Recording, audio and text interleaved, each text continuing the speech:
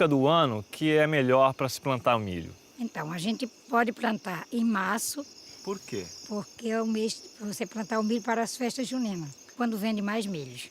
A senhora usa o litro como uma unidade de medida diária? Sim, uso o litro, porque eu armazeno o milho no litro e depois eu boto na bacia para levar para plantar. Olha o bichinho.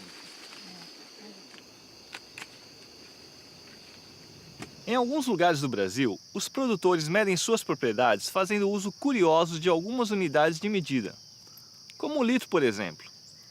A gente está acostumado a usar essa unidade para medir quantidades de leite, de suco, de água. Mas alguns produtores usam o litro para medir a extensão da terra, ou seja, a área.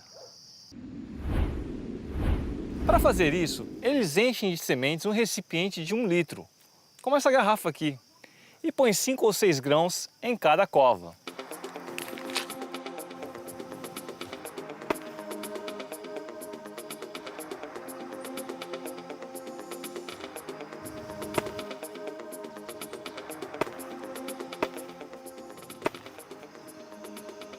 A área plantada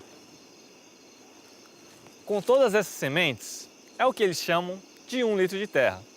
Como a medida depende da quantidade de sementes que cada produtor usa por cova e da distância entre cada cova, o litro é uma medida aproximada. Normalmente, 1 litro de sementes de milho corresponde a 600 metros quadrados. Para se ter uma ideia, um campo de futebol tem aproximadamente 18 litros. Essa unidade é bem prática e faz muito sentido para quem vai fazer o plantio e precisa carregar as sementes. Para evitar mal-entendidos em situações como a compra de uma propriedade, por exemplo, é importante que todos utilizem a mesma unidade de medida. Por isso, a padronização das unidades é importante.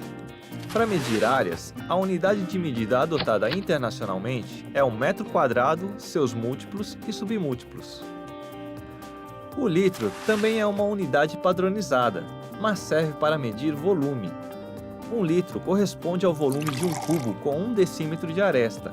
Além de ter as unidades padronizadas, a gente precisa usar essas unidades para medir as grandezas correspondentes. No caso do litro de terra, a área é medida com uma unidade de volume.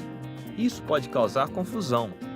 Mas as unidades padronizadas como o metro não são mais importantes do que as unidades regionais e culturais, como o litro. Essa variedade de unidades de medida é mais uma prova da nossa riqueza cultural. O negócio é que as unidades de medida padronizadas, como o metro, facilitam a conversa entre os agricultores de todas as regiões, de norte a sul. Até agora, a gente falou de unidades de medidas que representam área ou volume. Mas essas não são as únicas coisas que a dona Juliana precisa medir na sua plantação.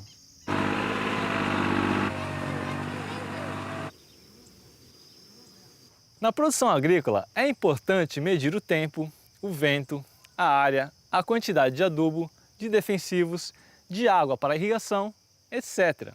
E medir significa comparar. Para medir um segmento de reta, a gente pode usar estratégias de contagem que facilitam a comparação. Para medir a área dessa cisterna aqui, por exemplo, eu não preciso cobrir tudo com meus quadradinhos coloridos. É só medir os comprimentos dos lados e multiplicar. Como a gente sabe, a área de um quadrado é o resultado da multiplicação da base pela altura.